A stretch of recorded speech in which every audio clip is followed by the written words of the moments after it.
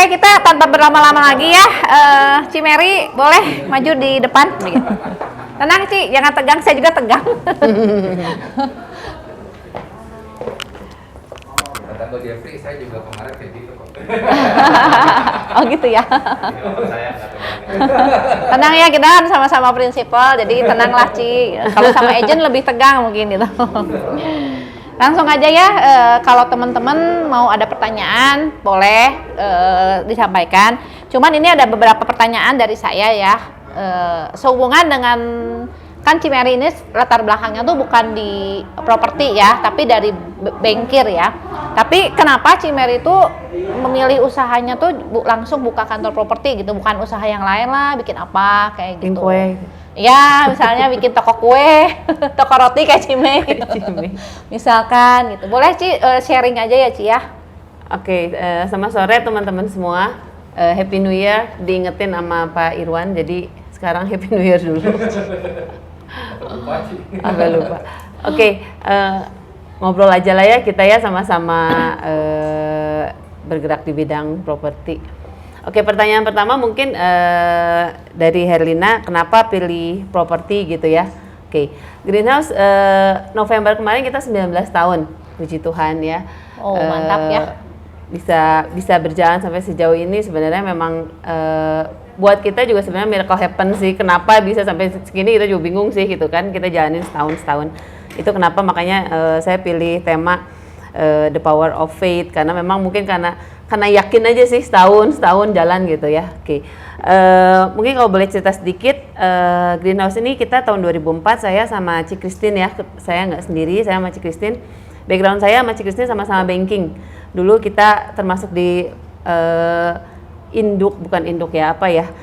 Dulunya Permata kali ya. Dulunya Permata di Bank Bali. Jadi saya dulu di Bank Bali, terus ada beberapa bank. 10 tahun saya di bank, 11 lah kurang lebih ya, 11 tahun. Udah gitu saya sama Ciksin sama kita punya anak lah, biasa ya ibu-ibu cari bisnis apa nih yang bisa relate sama kita punya modal lah istilahnya ya. Bank apa sih? Perusahaan jasa kan. Jadi kita juga cari perusahaan yang sama lah, perusahaan jasa. Di mana kita bisa pakai nih database-nya gitu kan. Kita kan modalnya cuma database. Jadi bisnis apa ya yang nyambung gitu. Akhirnya waktu itu sempet sih mau mikir asuransi, itu kan sama kan, jasa kan. Tapi kita pikir waktu itu udah keliling juga ke beberapa property agent ya yang franchise gitu. Tapi udah gitu kita discuss segala macam, akhirnya kita decide yaudah deh kita coba di property agent ini gitu, di Greenhouse. Kita bikin local brand sendiri jadinya di Greenhouse. Ya. Oke, jadi yang mendasarinya tuh karena kedekatan dengan Bu Christine mungkin ya, latar belakangnya banking, berhubungannya sama jasa juga. Betul, gitu ya. betul. Jadi ke propertinya tuh karena nyambungnya di jasanya itu mungkin ya. Iya, betul. Pemikirannya. Supaya relate database bisa kita. Iya, database-nya mungkin yang didapat dari bank bisa ditawarin properti atau apa gitu ya. Betul. Oke. Nah, ini kan kalau saya tahu properti tempat Ibu sekarang itu berdirinya tahun 2004 gitu ya. Berarti kurang lebih tadi 19 tahun ya. Apa sih kiat-kiat Ibu ya, mungkin kita lebih baru lah ya di dunia maksudnya ya di sini, kecuali Cimei mungkin juga udah lama ya di Century. Tapi kan kalau di sini mungkin rata-rata umurnya masih nggak nyampe sampai belasan gitu ya. Apa sih kiat-kiatnya gitu ya supaya kita juga jadi belajar, supaya kantor tuh bisa bertahan Bu ya sampai hari ini gitu Bu. Oke. Pertama dalam kesempatan ini saya juga pengen ngomong nih benar-benar ya, mumpung ada kesempatannya. Sebenarnya kalau ditanya dulu waktu kita pertama buka, kita tuh lebih kayak benar-benar kita nggak punya background properti, kita juga nggak punya. Kita dulu, saya sama Christine tuh bukan di bagian KPR. Kalau KPR mungkin sedikit banyak kayak Pak Irwan pasti udah banyak tahu soal properti kan. Kalau kita dulu, saya di funding, Christine di komersial, jadi benar-benar nggak ada background sama sekali properti. Waktu itu kita berani putusin ngambil bisnis ini, dan waktu itu belum ada Arebi ya, Cime ya. Dulu belum ada Arebi, merangkak sendiri, cari tahu sendiri segala macam. Waktu itu saya pengen dalam kesempatan ini saya pengen thank you banget sama 3 senior saya. Waktu itu saya minta bantu banget sama Pak Asep dari Era Bandung, Ibu Mei dari Senturi, terus Ibu Tari juga dari Era Mentari. Kenapa saya pengen berterima kasih sama 3 orang ini? Karena dulu di awal betul-betul karena kita bener-bener kayak orang baru banget, jadi butuh banget hal-hal yang teknis yang kita pengen bantuin dong, kita nggak ngerti nih gitu ya. Sedikit-sedikit kita sering tanya. Kalau Cime inget dulu saya sering banget telepon segala macam, ada hal kecil apapun saya pasti nanya gitu. Jadi apalagi dulu belum banyak ya, bener-bener kantornya masih belum banyak ya Cime, kita masih bener-bener sedikit gitu. Jadi thanks God banget sama 3 orang ini, baik banget, mereka bisa kasih kita banyak masukan-masukan. Dan buat teman-teman nih yang sekarang baru buka pun, menurut saya don't worry, sekarang apalagi kantor tambah banyak, tinggal telepon, tinggal cari tahu, menurut saya jauh lebih gampang lah ya saat ini gitu. Pertanyaannya kalau ditanya, pertanyaan tadi kenapa bisa sampai bertahan gitu ya. Oke, menurut saya di bisnis ini sebenarnya yang kalau saya perhatiin ya selama 19 tahun ini, yang paling penting itu sebenarnya ada 2 hal lah sebenarnya di bisnis ini. Saya ngelihat satu SDM tuh ya agent ya. Yang kedua mungkin sales lah udah pasti ya. Nah tapi kalau saya pengen share di sini, mungkin kenapa saya bilang SDM itu nomor 1. Menurut saya pada saat kita punya agent-agent yang memang satu visi sama kita, itu tuh pasti menurut saya kalau soal penjualan tuh udah pasti akan menjadi dampaknya gitu. Kenapa buat saya tuh di awal tuh penting banget pada saat kita ngerekrut agent. Karena kita harus jelasin ke mereka satu tentang, udah pasti soal teknis sih itu udah pasti nanti akan ada training segala macam ya. Tapi yang paling penting kita harus samain visi nih. Karena saya ngelihat bahwa hubungan kita dengan agent itu beda banget dulu dengan kalau orang kerja gitu kan. Kita tuh lebih ke arah kerjasama. Betul nggak ya? Mungkin Sven, Jeffrey, Cime juga pasti tahu bahwa kita memang hubungan kita seolah kerjasama gitu. Jadi tidak ada keterikatan yang kayak orang atasan dan bawahan gitu kan. Nah menurut saya unik gitu. Bisnis ini tuh unik banget karena kita harus manage orang, tapi kita nggak ada keterkaitan secara atasan bawahan ya salary lah begitu kan, nggak ada kan, based on commission benar-benar. Jadi sangat unik dan sangat banyak banget hal-hal yang harus kita manage dengan baik gitu SDM ini. Nah dari awal jadi kita benar-benar pastiin kita satu visi nggak nih dengan perusahaan kita. Kalau dia udah dapat, kenapa lu mau masuk ke property agent, kita kasih tahu visi kita ini. Kalau kita udah klik, ya udah ayo kita masuk. Itu menurut saya jadi kuncinya. Setelah itu baru udah begitu aja, banyak nggak yang fail? Banyak banget lah, pasti teman-teman juga ngerasain. Tapi di awal minimal kita udah tahu nih gitu. Kita sama-sama kita kerjasama. Kalau orang kerjasama kan harus sama-sama firm lah ya. Feel ya. Lu ngarepin apa dari kita juga ngarepin apa dari Anda gitu. Jadi itu benar-benar kita udah harus benar-benar sama dulu. Itu di awalnya menurut gua. Jadi setelah itu baru berproses kan ini itu gitu. Sama lah, pasti teman-teman pasti jauh lebih pintar dari saya, proses training seperti itulah ya. Cuman mungkin satu hal lagi yang buat saya bersyukur, di Greenhouse tuh kita juga netepin ke orang yang baru masuk, kita punya budaya. Saya pernah ngobrol dulu sama Pak Handi, saya bilang budaya di kita tuh betul-betul saya terapin banget dari awal. Ke si agent tuh dari awal saya bilang, kita punya budaya 2 sebetulnya. Satu, kamu harus jujur, itu yang satu. Yang kedua, di kita tuh betul-betul memang sifatnya sangat kekeluargaan gitu. Jadi kenapa buat saya jujur tuh nomor 1, karena ini bisnis sama teman-teman semua pada tahu lah ya, ini bisnis basah lah gitu. Bahkan terus terang saya sih bisa ngomong ke orang baru itu, saya bakal ngomong, saya bakal kasih tahu bahwa lu tahu nggak ini bisnis basah, lu tahu nggak bahwa lu bisa main sendiri gitu ya, lu bisa gue tuh kasih tahu dia bahwa lu tuh bisa cheating kok gitu. Saya betul-betul memang kasih tahu dari awal supaya dia nangkep, oh gue tuh memang dengan lu masuk ya lu ada konsekuensi yang harus lu terima gitu sebagai property agent Jadi itunya firm dulu deh gitu. Supaya kita sama-sama kerjasamanya dapat nih gitu. Jangan nanti belakangan ini itu gitu kan. Kita sama-sama samain dulu itunya gitu. Jadi kalau ditanya dari awalnya memang gue sangat pastiin bahwa nih orang satu visi sama kita. Itu sih gitu. Mungkin itu juga yang menyebabkan mungkin kita juga banyak banget orang-orang lama yang memang udah lama sih gitu di greenhouse-nya gitu kan. Itu sih, jadi memang yang punya satu visi sama kita gitu. Jadi kita cari marketing tuh memang yang satu visi ya, tapi mungkin gak mudah juga ya Bu ya, karena kan kita penampilan luar orang berbeda ya. Mungkin oke, saya satu visi gitu ya. Betul. Tapi ternyata waktu pas berjalannya waktu kita aja. ngelihat oh kok gini ya, aslinya tuh keluar gitu ya. Nah, Ibu gimana ya cara menghadapi orang-orang yang kadang-kadang penilaian kita tuh belum tentu, pernah nggak Ibu ngalamin bahwa waktu kita menilai dia A ternyata B gitu dan mengecewakan. Nah, itu pernah banget, banyak banget sering banget ya, pasti ya semua kantor mungkin ngalamin.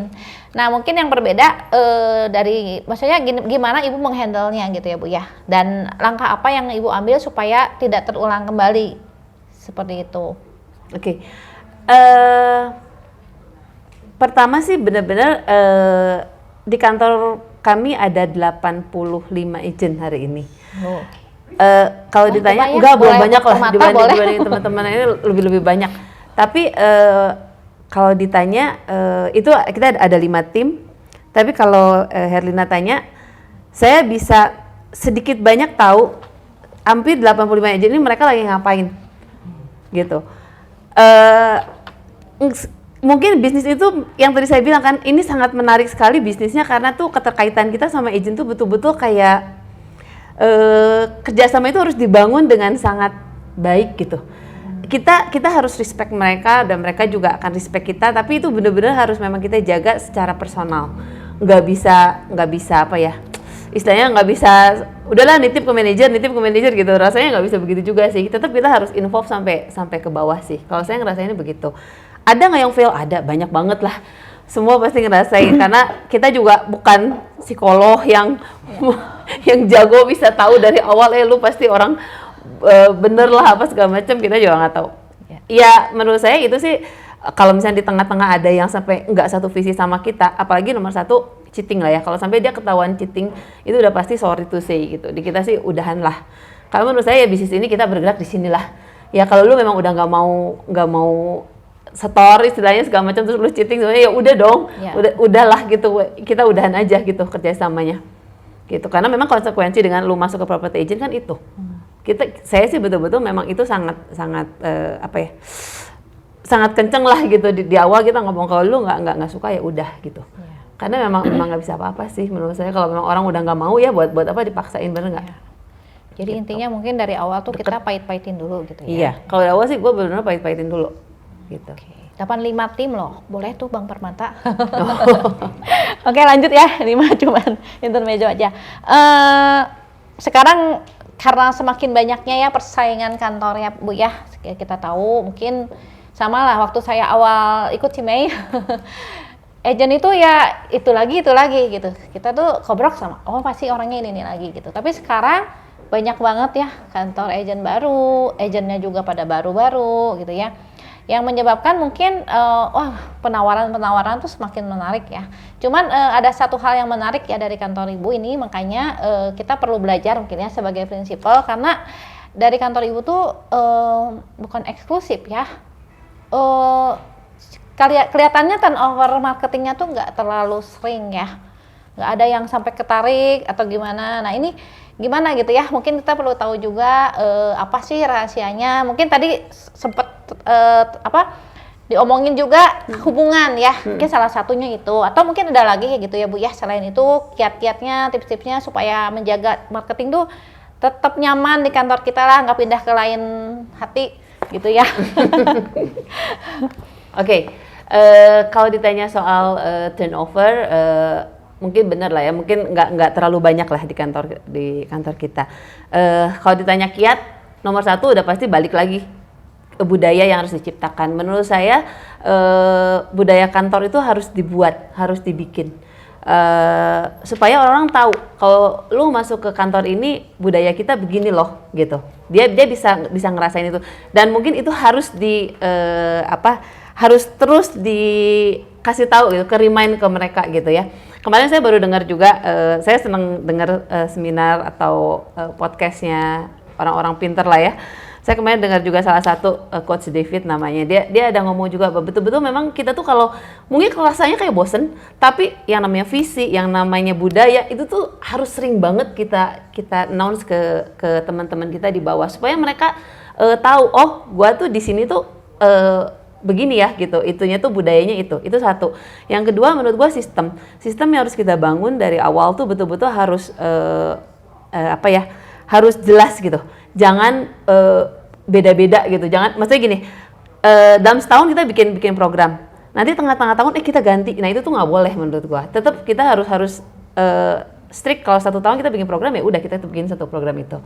Nah, satu hal mungkin yang saya pengen share, 19 tahun saya di Greenhouse, kita juga nggak pernah sampai kelewat yang namanya kick off meeting.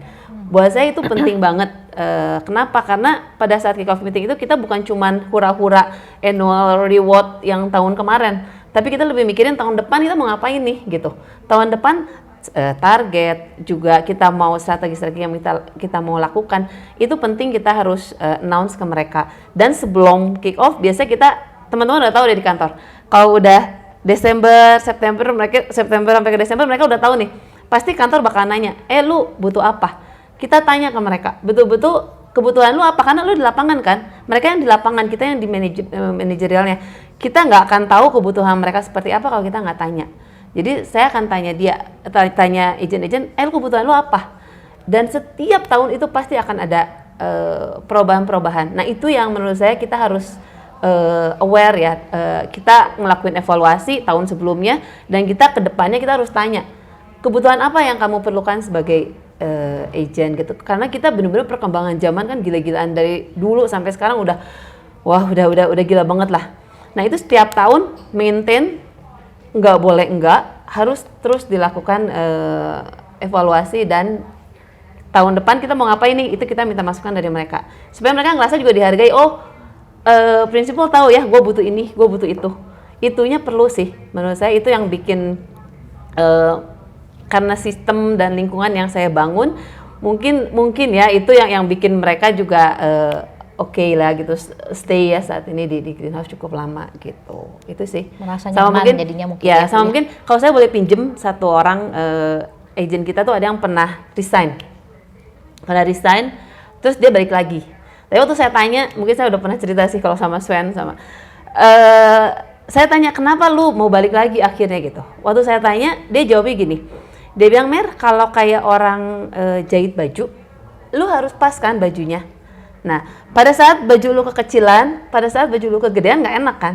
Jadi dia bilang, kenapa gue balik lagi? Karena gue ngerasa di tempat lain tuh baju gue kegedean. Jadi nggak ada, menurut saya kantor properti nggak ada istilah paling bagus, paling jelek. Menurut saya nggak, semua mungkin sama, cuma karena budayanya berbeda, lingkungan sistemnya berbeda. Jadi orang ngerasa ya dia akan cari yang pas buat dia. Gitu. Jadi kalau menurut saya mungkin dari awal, apalagi teman-teman yang baru buka ya, mungkin benar-benar dibuat culture dan benar-benar sistem yang baik, yang supaya mereka betah, mereka merasa bahwa gue di sini bukan cuma sekedar cari komisi gitu. Gue kalau soal perbandingan komisi, menurut gue sesama beberapa agent udah nggak akan terlalu beda jauh lah ya menurut gue ya. Sekarangnya beda-beda dikit, tapi orang akan ngerasa gue nggak perlu pindah karena gue di sini gue nyaman nih, gue dapet sesuatu nih di sini gitu.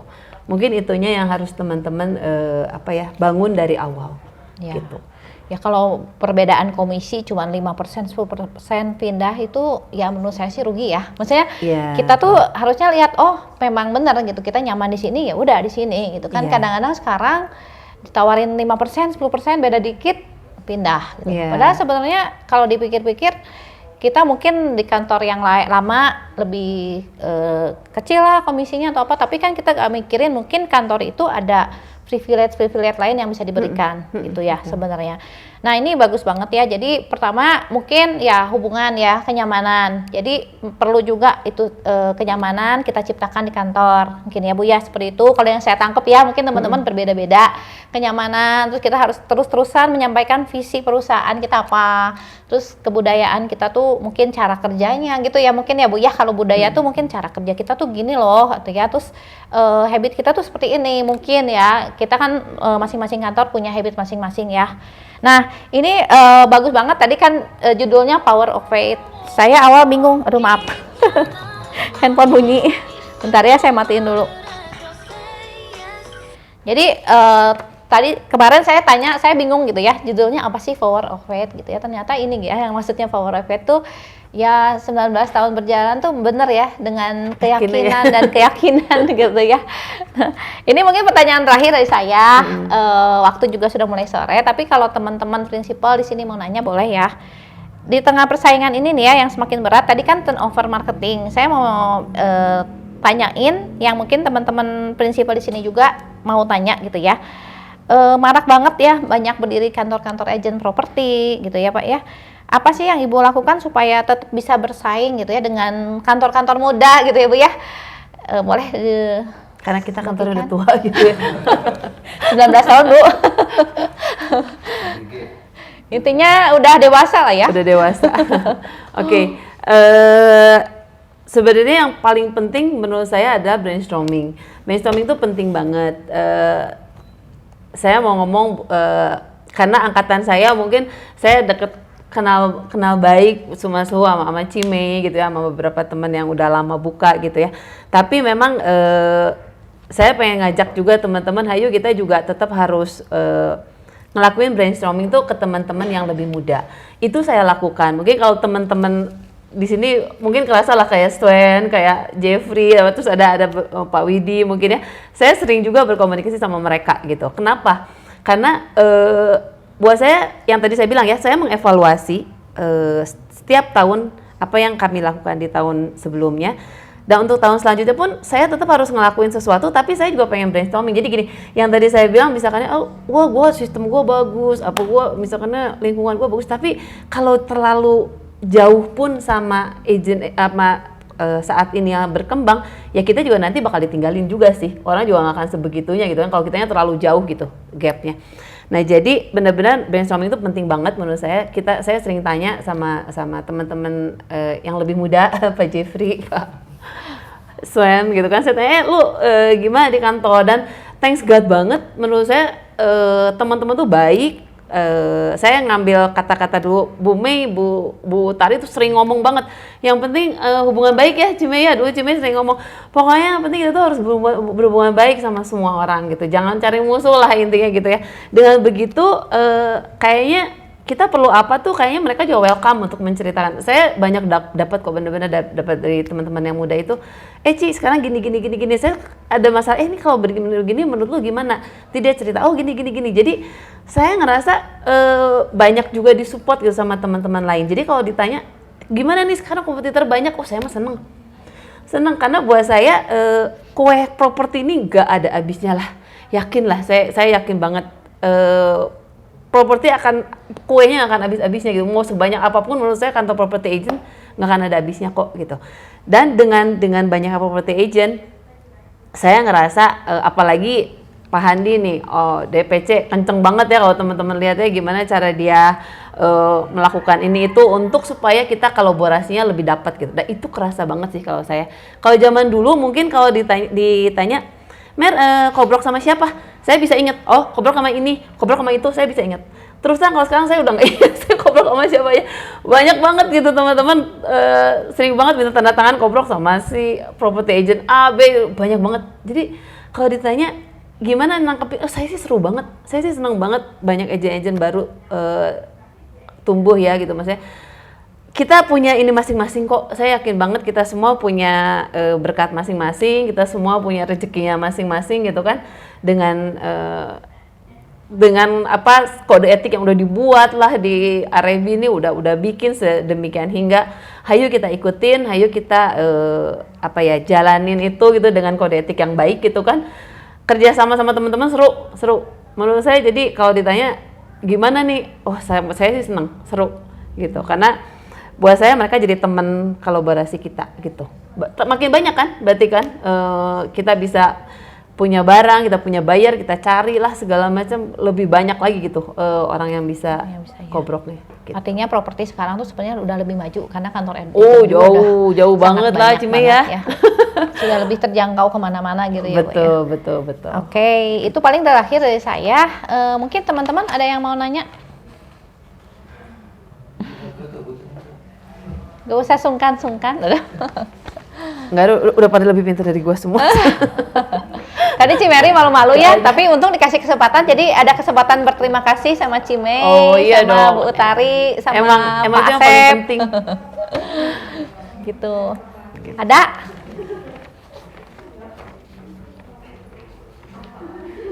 Ada nggak yang mau ditanyain? Atau jangan ini. ditanyain ya, mungkin kesannya gimana ya, mau sharing gitu ya, mungkin kita sesama prinsipal kayaknya gimana gitu ya kalau mau nanya teh. Enggak lah, mereka udah jauh lebih pinter dari ini kok, lebih banyak pengalamannya. Boleh ada yang mau sharing? Sudah sering berkomunikasi. Ya. Udah sering. Karena sering japris ya. Udah sering Oke, banget, udah oke. sering banget sama ini sih udah sering banget. Mana aja lah sih. Nah, akhirnya ada pertanyaan. Boleh Sak Jep. Pertama, menurut gue yang teman-teman mungkin harus kalau saya ngobrol ya sama beberapa prinsipal ya suka ada sih dengar misalnya di gua atau agent suka cerita, oh enggak di gua mah boleh sih nggak meeting juga gitu.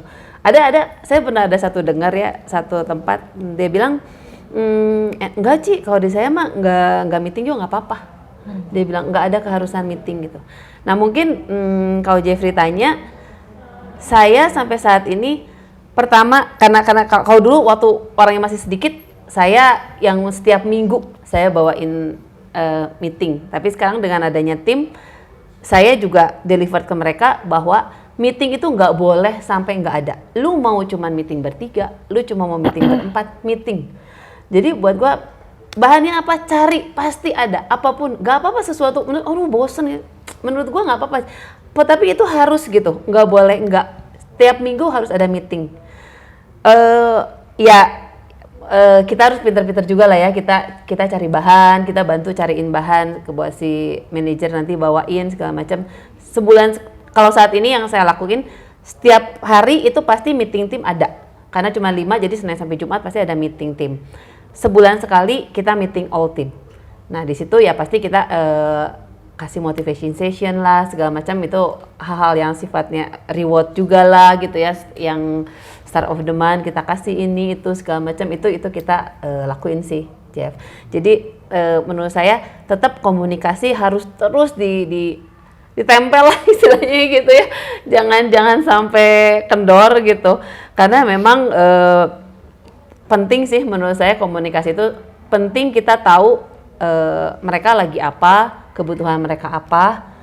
Jangan sampai mereka ngerasa oh gue di sini nggak dipenuhin. Sebenarnya mungkin ya kalau gue ngelihat kenapa orang mikir pindah, dia mungkin akan ngerasa bahwa gue di sini nggak terpenuhi keinginan gue. Walaupun keinginan mereka tuh, gue sering ngomong, ayo saya minta pendapat dari kalian, walaupun pendapat kalian belum tentu kita adopt semua gitu, karena kan nggak mungkin kita bisa menyenangkan semua orang lah ya. Tapi minimal kita dengerin, udah gitu nanti kita modifikasi apa yang bisa kita lakukan supaya dia ngerasa bahwa kebutuhan mereka bisa terpenuhi gitu. Jadi menurut gue memang yang tadi gue bilang harus personal sih Jeff gitu. Jadi memang capek emang pasti, tapi ya kalau kita di bisnis ini memang tadi yang saya bilang unik, jadi mau nggak mau harus begitu sih gitu. Adain misalkannya juga breakfast meeting, saya suka breakfast meeting, lunch meeting gitu. Beberapa orang saya panggil, kita ngobrol ini itu, lu perlunya apa, even ke urusan pribadi kalau mereka mau ngomong, saya suka ngomong kalau lu ngerasa nggak nyaman ngomongin pribadi is okay, tapi kalau mau ngomong gitu boleh gitu is okay. Jadi itunya benar-benar memang kita Dekat touch sih ya gitu. Menurut gua memang harus satu-satu kita harus pegang sih gitu. Itu sih kali Jeff yang gue lakuin. Meetingnya nggak boleh bolong. sama itu mungkin ya Ci ya, kalau saya tangkap mah personal touch mungkin ya, ke masing-masing agent. Ya, ke masing-masing agentnya harus, supaya kebutuhan yang dia perluin kita bisa penuhin, adopt. Itu sih. Ada lagi? Udah sering ngobrol soalnya. Kayaknya Cimei ya, maksudnya kayaknya Cimei yang nanya ke Cimei ya. Iya, bener kalau Bu Mei saya nanya ke Bu Mei. Gitu. Oke, ya udah kalau nggak ada, masih ada nggak? Nggak, Siti Neke nggak ya? Oke, kalau nggak ada paling mungkin ada pesan-pesan sebelum kita tutup. Pesan-pesan 2023 tahun yang semua orang Pak Jokowi, semua orang bilang berat lah, semua orang bilang ini, tapi kok saya percaya bahwa Indonesia sih sesuatu yang beda lah ya. Kalau teman-teman juga pasti lebih tahu lah, teman-teman sering dengar kan Pak Renat Kasali semua segala macam ngomong Indonesia ini beda. Kita bisa yakin banget 2023 kita bisa nyampe bareng. Saya cuma pengen ngasih sedikit contekan ya. If you want to go fast, then you work alone. If you want to go far, then you must work together. Jadi kalau lu pengen kerjanya cepet, ya lu kerja sendiri. Tapi kalau lu pengen kerjanya jauh, kita jangka panjang, kita juga bisa maju sama-sama. Hayu kita kerja bareng-bareng, kita kerja sama-sama. Seneng banget di sini gue dikelilingi teman-teman orang-orang yang baik, yang benar-benar bisa kita berkolaborasi dengan bareng gitu kan. Kalau ada masalah segala macam, hayu kita beresin bareng-bareng gitu kan. Jadi yakin banget 2023 kita bisa sama-sama maju, kita bisa sama-sama sukses tahun 2023 akhir nanti. Ya, udah itu aja. Amin. Tepuk tangan dong buat Bu Mary. Thank you. Oke teman-teman, segitu aja ya dari Super Mentor Principal. Mungkin tahun 2023 sudah berakhir ya acaranya, tapi jangan misalnya kita masih ada acara-acara yang lain dalam kemasan yang lain supaya nggak jenuh juga. Nanti tunggu aja ya tanggal mainnya dan minta supportnya nih dari prinsipal untuk nyumbangin agent-agentnya terutama ya dalam acara-acara training kita ke depannya gitu ya. Oke, makasih banyak. Oke, thank you. Semuanya. Sore. Thank you.